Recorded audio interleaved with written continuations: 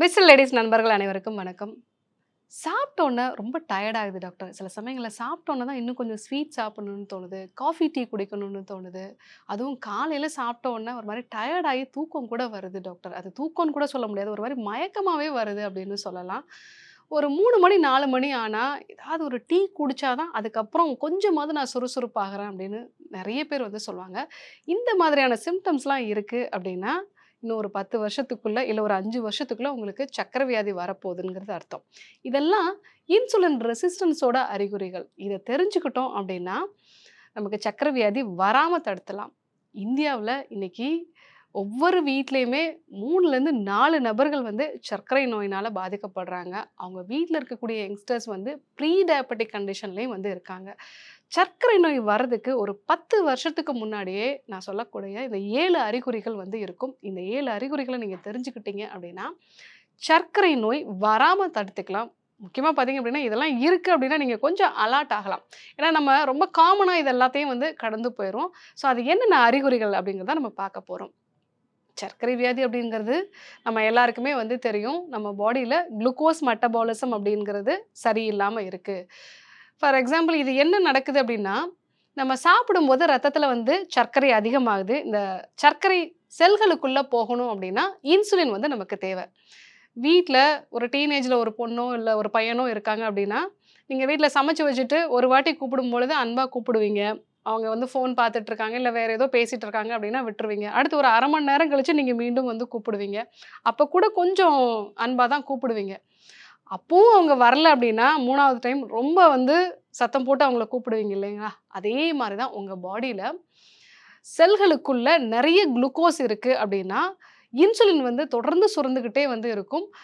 ரத்தத்தில நெறைய வந்து சர்க்கரை இருந்து, அந்த சர்க்கரைய வந்து செல்களுக்குள்ள கொண்டு போறதுக்காக தான் இந்த இன்சுலின் சுரக்குது. ஆல்ரெடி செல்கள்ல நெறைய சுகர் இருக்கு அப்படின்னா, அந்த செல்களோட கதவுகள் வந்து அடைக்கப்பட்டுரும். ஸோ, அப்போ இன்சுலின் நெறைய இருந்தாலும் கூட, உங்க பாடியால இன்சுலின யூஸ் பண்ண முடியாது. இந்த கண்டிஷனுக்கு பேரு தான் இன்சுலின் ரெசிஸ்டன்ட் அப்படின்னு சொல்லுவோம். இந்த இன்சுலின் ரெசிஸ்டன்ஸ் வந்து கிட்டத்தட்ட ஒரு 10 வருஷத்துக்கு அப்புறமா தான் உங்களுக்கு ரத்தத்தில சுகர் வந்து அதிகமாகி நீங்க டயபெட்டிக் அப்படிங்கிற ஒரு கண்டிஷனுக்குள்ள வருவீங்க. ஆனால் இந்த இன்சுலின் ரெசிஸ்டன்ஸ்ல வரக்கூடிய அறிகுறிகள நீங்க தெரிஞ்சுக்கிட்டீங்க அப்படின்னா, சர்க்கரை நோய் வராம தடுக்கலாம். முதல் அறிகுறி என்னன்னா, உங்க கழுத்த சுத்தி கருப்பா இருக்கிறது. இது நெறைய பேர் வந்து அழுக்குன்னு நெனச்சுப்பாங்க. எனக்கு தெரிஞ்செல்லாம் ஒரு பாட்டிமா வந்து பேரன கூட்டிட்டு வந்திருந்தாங்க. பையனுக்கு 14 வயது தான் ஆகுது.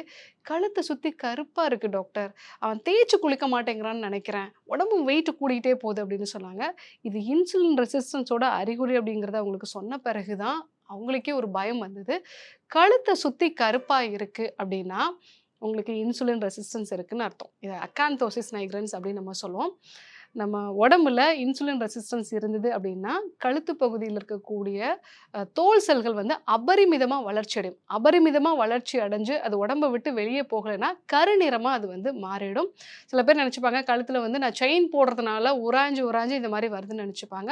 இது பெரும்பாலும் இன்சுலின் ரெசிஸ்டன்ஸ்னால தான் வரும். அதேபோல அக்குள் பகுதியில, தொடை இடுக்கு பகுதியிலும் இதே போல கருமை நிறம் வந்து நல்ல டார்க்கா வெல்வெட்டியா இருக்கு அப்படின்னா, கண்டிப்பா உங்களுக்கு இன்சுலின் ரெசிஸ்டன்ஸ் இருக்குங்கிறது அர்த்தம். 2வது ஸ்கின் டாக்ஸ் வருது.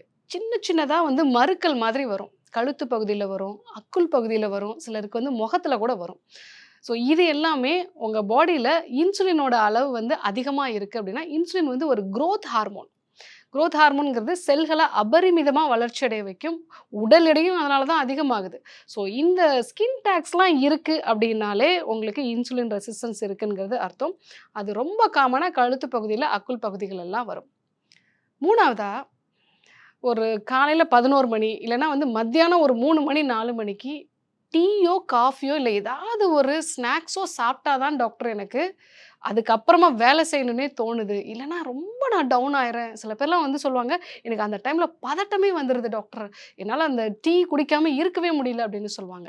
இப்படி ஒரு விஷயம் நடக்குது அப்படின்னாலே உங்களுக்கு இன்சுலின் ரெசிஸ்டன்ஸ் இருக்குன்னு அர்த்தம். "அது எப்படி டாக்டர் எனக்கு பழக்கத்தினால தானே அது வந்துச்சு" அப்படின்னா, எனர்ஜி கிராஷ் ஆகுது. எனர்ஜி வந்து ரொம்ப குறையுது. அப்படி குறையும் பொழுது, நீங்க ஒரு டீயோ, காஃபியோ குடிக்கும்போது, அதில இருக்கக்கூடிய சர்க்கரை வந்து உங்களுக்கு கிடைக்கிறதுனால, நீங்க உடனடியா திருப்பி பூஸ்ட் ஆகுறீங்க.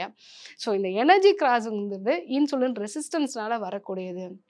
3 மணிக்கோ இல்ல காலையில 11 மணிக்கோ காஃபியோ, டீயோ குடிச்சா தான் எனக்கு வேலை ஓடுது அப்படின்னா, நீங்க அலர்ட் ஆயிக்கோங்க. உங்களுக்கு இன்சுலின் ரெசிஸ்டன்ஸ் இருக்கறதுக்கு நெறைய வாய்ப்புகள் இருக்கு. 4வதா எண்ணங்கள்ல ஒரு குழப்பமான நிலையே எப்பவும் இருக்கும். நீங்க வந்து ஒரு விஷயத்த யோசிக்கிறீங்க அப்படின்னா, அதுக்கான ஒரு தெளிவான முடிவு வந்து இருக்காது. ஃபார் எக்ஸாம்பிள் காலைல என்ன சமைக்கணும்னு நெனைக்கிறீங்க, இல்ல என்ன ட்ரெஸ் போடணும்னு நெனைக்கிறீங்கன்னா கூட நெறைய வந்து அதுக்கு வந்து யோசிப்பீங்க.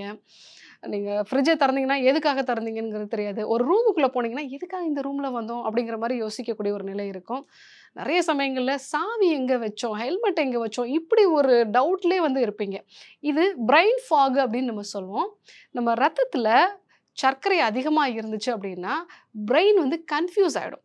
நெறைய வந்து செல்களுக்குள்ள வந்து அந்த சர்க்கரை போக முடியாம பிரெயின் வந்து ரொம்ப டயர்ட் ஆயிடும். ஆனா ரத்தத்துல மட்டும் நெறைய சர்க்கரை வந்து இருக்கும்.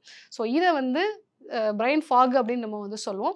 யாருக்கெல்லாம் இன்சுலின் ரெசிஸ்டன்ஸ் இருக்கோ, அவங்களுக்கும் இந்த பிரச்சனைகள் வந்து இருக்கும். அடுத்ததா, சாப்பிட்டதுக்கு அப்புறமா ஒரு டீ குடிக்கணும் போல இருக்கு. சாப்பிட்டதுக்கு அப்புறமா கொஞ்சம் ஏதாவது ஒரு ஸ்வீட் சாப்பிடணும் போல இருக்கு டாக்டர். இது அதுவும் முக்கியமா பார்த்தீங்கன்னா, நல்ல ஒரு ஹெவி மீல்ஸ் சாப்பிட்டேன் அப்படின்னா, ஒரு சோடா குடிக்கணும், இல்லன்னா ஏதாவது ஒரு ஸ்வீட் சாப்பிடணும் போல இருக்கு அப்படின்னா, இதுவும் இன்சுலின் ரெசிஸ்டன்ஸோட ஒரு அறிகுறி தான். நெறைய பேர் வந்து என்ன சொல்லுவாங்க அப்படின்னா, நான் எப்பவுமே ஒரு பாக்கெட்ல ஏதாவது ஒரு சாக்லேட் வச்சுப்பேன். சாப்பிட்ட உடனே தான் எனக்கு சாப்பிடணும்னு தோணும். சாப்பிடாத வரைக்கும் எனக்கு அந்த ஸ்வீட் சாப்பிடணுங்கிற ஒரு கிரேவிங்ஸ்லாம் இல்லன்னு சொல்லுவாங்க. இத போஸ்ட் மீல் ஹைப்போகிளைசிமியா அப்படின்னு சொல்லுவோம். நம்ம சாப்பிடும் பொழுது அந்த சாப்பாட்ல தேவையான அளவுக்கு புரோட்டீனோ, இல்ல வந்து நல்ல கொழுப்பு வகைகளோ இல்ல அப்படின்னா, இன்னும் நம்ம உடல் வந்து அதுக்கான உணவுக்கான ஒரு கிரேவிங்ஸ வந்து உண்டாக்கும். ஸோ அப்போ நம்ம வந்து ஒரு ஸ்வீட் சாப்பிடும் பொழுது அந்த ஹைப்போகிளைசிமியா அப்படிங்கிறது குறைய ஆரம்பிக்கும். ஏன்னா, சாப்பிட்டோனே நெறைய இன்சுலின் வந்து உடனடியா வந்து சர்க்கரை வந்து குறைச்சிரும். ஸோ சாப்பிட்ட உடனே ஒரு ஸ்வீட் சாப்பிட்றீங்க அப்படின்னா, கண்டிப்பா அலர்ட்டா இருந்துக்கோங்க. 7வதாக என்ன பண்ணாலும் பெல்லி ஃபேட் மட்டும் எனக்கு குறைய மாட்டேங்குது டாக்டர். தொப்பை மட்டும் எப்பவுமே வந்து இருக்கு அப்படின்னு சொன்னா, உங்க பாடியில இன்சுலின் ரெசிஸ்டன்ஸ் இருக்கும் பொழுதெல்லாம், வயிற சுத்தி இருக்கக்கூடிய உறுப்புகள்ல தான் நிறைய கொழுப்ப வந்து ஸ்டோர் பண்ணி வைக்கும். ஸோ, நான் என்ன பண்ணினாலும் தொப்பை மட்டும் குறைய மாட்டேங்குது அப்படின்னா, உங்களுக்கு இன்சுலின் ரெசிஸ்டன்ஸ் இருக்க வாய்ப்புகள் நெறைய இருக்கு. அதுவும் பார்த்தீங்க அப்படின்னா, ஒரு சாக்கு பை மாரி வந்து அந்த தொப்பை வந்து இருக்கும். தொல தொலன்னு இருக்கும். அப்படி இருக்குன்னா, கண்டிப்பா இன்சுலின் ரெசிஸ்டன்ஸ் இருக்க நெறைய வாய்ப்பு இருக்கு. ஸோ, அதனுடைய சைட்லலாம் வந்து பார்த்தீங்கன்னா, உங்களுக்கு ஒரு டயர் மாரி வந்து இருக்கும். ஸோ, அந்த மாதிரியான ஒரு தொப்பை இருக்கு அப்படின்னா, கண்டிப்பா உங்களுக்கு இன்சுலின் ரெசிஸ்டன்ஸ் இருக்கு. இந்த 7 அறிகுறிகள் இருக்கு அப்படின்னா, நீங்க கொஞ்சம் அலர்ட் ஆயிக்க வேண்டியது அவசியம். ஸோ, உங்களுக்கு இன்சுலின் ரெசிஸ்டன்ஸ் இருக்கிறதுனால, ரொம்ப சீக்கிரமாக சர்க்கரை வியாதி வர்றதுக்கு நெறைய வாய்ப்புகள் இருக்கு. டாக்டர் எனக்கு இந்த சிம்ப்டம்ஸ்லாம் இருக்கு. இப்போ சர்க்கரை வியாதி வராம நம்ம எப்படி தவிர்க்கிறது? முதல் விஷயம் நீங்க என்ன பண்ணணும் அப்படின்னா, டீடாக்ஸிஃபிகேஷன் பண்றது நல்லது. ஏன்னா, அப்பதான் உங்க கட் பாக்டீரியாஸ் பேலன்ஸ்டா இருக்கும்போது, நீங்க எந்த ஒரு டயட்ட ஃபாலோ பண்ணணும், இல்ல கன்டினியூஸா நான் எக்சர்சைஸ் பண்ணணும்னு நெனைக்கிறேன், காஃபி, டீ அவாய்ட் பண்ணணும்னு நெனைக்கிறேன் அப்படின்னா, நீங்க இந்த ஒரு விஷயத்த ஃபாலோ பண்ணீங்கன்னா தான் உங்க கட் பாக்டீரியாஸ் வந்து பேலன்ஸ்டா இருக்கும். 2வது நீங்க எப்படி சாப்பிடுறீங்க அப்படிங்கிற ஒரு ஆர்டர். இப்ப நீங்க காலை உணவு எடுத்துக்கிறீங்கன்னா, எடுத்த உடனே ஒரு காஃபி சாப்பிடுறேன் காலையில. அதுக்கப்புறமா 2 இட்லி சாப்பிடுறேன். இப்படி வந்து நீங்க உங்க ஃபுட்ட ஸ்டார்ட் பண்ணக்கூடாது. முதல்ல நல்ல நார்ச்சத்து இருக்கக்கூடிய உணவுப் பொருட்கள அதிகமா எடுத்துக்கணும். நீங்க காய்கறிகள வேக வச்சு வந்து எடுத்துக்கலாம். 2வது புரோட்டீன் இருக்கக்கூடிய உணவுப் பொருட்கள் வந்து எடுத்துக்கணும். நாட்டுக்கோழி முட்டையோ, இல்ல வேக வச்ச பயறு வகைகளோ நீங்க வந்து எடுத்துக்கலாம். 3வதாக தான் நீங்க கார்போஹைட்ரேட் வந்து எடுத்துக்கணும். இது என்ன டாக்டர் இது எல்லாம் ஒரே வயித்துக்குள்ள தானே போகுது. இந்த ஆர்டர்ல ஏதாவது நல்லது நடக்குமா அப்படின்னு கேட்டீங்கன்னா, இந்த ஆர்டர ஃபாலோ பண்ணும்போதே 50% உங்களுடைய சர்க்கரை அளவு குறையறதுக்கு வாய்ப்புகள் இருக்கு. ஏன்னா ரீசென்ட்டா நெறைய ரிசர்ச் என்ன சொல்லுது அப்படின்னா, நீங்க ஃபர்ஸ்ட்டு ஃபைபர் சாப்பிடும் பொழுது உங்களுக்கு ஈஸியா திருப்தியான ஒரு உணர்வு இருக்கு. 4 இட்லி சாப்பிட்டா தான் எனக்கு வயிறு நிறையுதுன்னு சொல்றவங்களுக்கு 2 இட்லிலயே வயிறு நிறைஞ்சிரும். ஸோ முதல்ல வேக வச்ச காய்கறிகள் வந்து எடுத்துக்கோங்க. 2வதா புரோட்டீன் எடுத்துக்கோங்க. 3வதா கார்போஹைட்ரேட் எடுத்துக்கோங்க. இந்த 3 விஷயத்தையும் கரெக்ட்டா நீங்க ஃபாலோ பண்ணீங்க அப்படின்னா, உங்களுடைய சுகர் வந்து 50% குறையறதுக்கு நெறைய வாய்ப்புகள் இருக்கு. 2வது சாப்பிட போறதுக்கு முன்னாடி 1 டேபிள் ஸ்பூன் அளவுக்கு ஆப்பிள் சிடர் வினிகர். இத வெதுவெதுப்பான வெந்நீரோட இல்ல வந்து நார்மலான தண்ணியோடயே மிக்ஸ் பண்ணி வந்து நீங்க எடுத்துக்கலாம். அப்படி எடுத்துக்கும் பொழுது, உங்க இன்சுலினோட சென்சிட்டிவிட்டி இம்ப்ரூவ் ஆகும். சாப்பிட்டதுக்கு அப்புறமா இன்சுலின் சுரக்கும் இல்லைங்களா? அதற்கான சென்சிட்டிவிட்டி உங்களுக்கு இம்ப்ரூவ் ஆகும். இந்த ஒரு விஷயத்தையும் ரெகுலரா நீங்க வந்து ஃபாலோ பண்ணலாம். 3வதாக சாப்பிட்டதுக்கு அப்புறம் ஒரு 10 நிமிஷம் வந்து நடக்கிறது. நன்கு பெற உண்ட பின் குறுநடையும் கொள்வோம் அப்படின்னு சொல்லுவாங்க. சாப்பிட்டதுக்கு அப்புறமா நீங்க ஒரு 10 நிமிஷம் நடக்கிறீங்க அப்படின்னா, நீங்க சாப்பிட்ட உணவுல இருக்கக்கூடிய குளுக்கோஸ செரிக்கிறதுக்கு இன்சுலின் வந்து குறைவா தான் தேவைப்படும். என்னால நடக்கலாம் முடியாது டாக்டர். நான் ஆஃபீஸ்ல இருக்கேன். எப்படி நான் வந்து என்னோட சுகர் ஸ்பைக்க குறைச்சுக்கிறது அப்படின்னா, உங்க ஹீல் அப் அதாவது குதிங்கால்கள மட்டும் உயர்த்துறது. இது ஒரு 50 வாட்டி நீங்க நிக்கிற இடத்துல இருந்தே நீங்க செய்யலாம். ஸோ அப்படி செய்யும்பொழுது 72% உங்களுடைய போஸ்ட் மீல் சுகர் ஸ்பைக்க வந்து குறைச்சுக்கலாம் அப்படிங்கிறது தான் ரீசன்ட் ரிசர்ச் வந்து சொல்றது. இந்த ஒரு விஷயத்தையும் கண்டிப்பா ஃபாலோ பண்ணுங்க. 4வதாக நல்ல இரவு தூக்கம் அவசியம். தூக்கத்துக்கும் சுகருக்கும் என்ன டாக்டர் சம்மந்தம் அப்படின்னா, நீங்க ஒரு நைட்டு தூங்கல அப்படின்னா, மறுநாள் காலையில ப்ரீ டயபெட்டிக் பெர்சனா தான் நீங்க எழுந்திருக்கிறீங்க. ஏன்னா, உங்களோட பாடியில இன்சுலினோட சென்சிட்டிவிட்டி 50% வந்து குறைஞ்சிருது அப்படிங்கிறது தான் அந்த ஆய்வறிக்கைகள்லாம் சொல்லக்கூடியது. ஏன்னா, நைட்ல தான் உங்க பாடியில இருக்கக்கூடிய கழிவுகள்லாம் வெளியாகி உங்க உடலுக்கு நல்லது செய்யக்கூடிய ஹார்மோன்ஸ் எல்லாம் சுரக்கும். இதெல்லாம் கரெக்ட்டா இருந்தா தான் காலையில உங்க பாடியில மெட்டபாலிசம் கரெக்ட்டா நடக்கும்.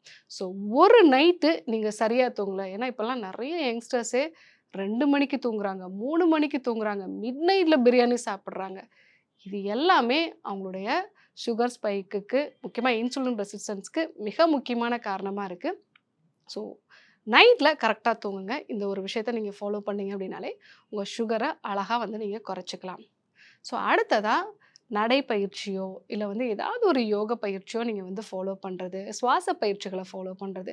ஸோ பாடிக்கு ஏதாவது ஒரு ஆக்டிவிட்டி குடுத்தா தான், அந்த எக்ஸ்ட்ரா இருக்கக்கூடிய குளுக்கோஸ் அப்படிங்கிறது உங்களுடைய தசைகளுக்குள்ள போயி, உடம்புல வந்து கொழுப்பு இதெல்லாம் வந்து உருவாகாம, அது எரிக்கப்பட்டு முழுவதுமாக உடம்ப விட்டு வெளியாகும். இந்த ஒரு விஷயத்தையும் கரெக்ட்டா ஃபாலோ பண்ணுங்க.